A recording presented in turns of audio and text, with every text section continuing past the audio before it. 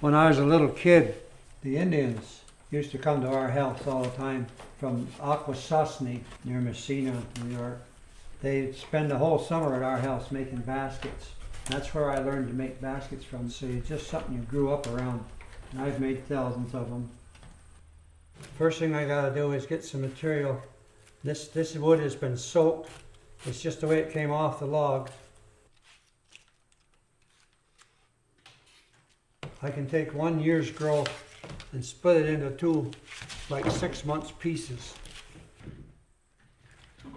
Once I get the material split, and I usually roll it up and put it away and then wet it.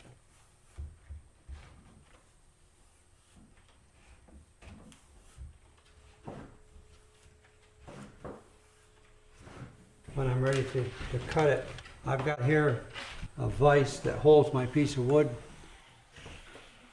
The ribs and framework of this boat are sawn to this shape using a natural crook. A natural crook is a natural curved piece of wood, and you go dig up a stump, and this gives you a very strong, lightweight piece of wood and a lightweight framework for the boat. Using the white pine, which is our largest native tree, white pine grows big and straight and no knots, is what we use for the planking.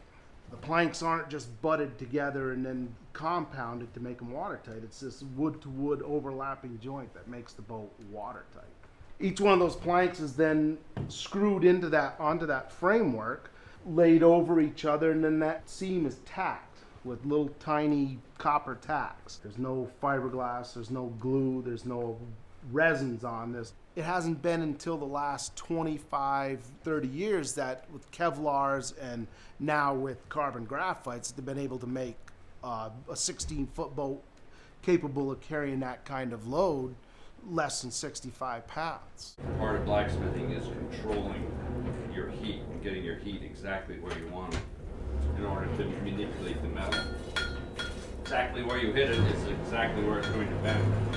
Charlie Doherty was the first smith, and we know Jimmy Leffler was the second one, and we speculate that Charlie Doherty moved on with Durant when he went on to his other camps. Historically, we know there are two chandeliers in the dining hall, one made by Charlie Doherty, one made by Jimmy Leffler.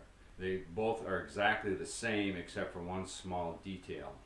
It's a good chance that it was one of the first buildings that Durant would have had made, because the blacksmith would have had to deal with the horses, shoeing the horses. He could have been sharpening picks and construction tools. Once the construction was along enough that they started needing hardware, a lot of that would have been made right here also.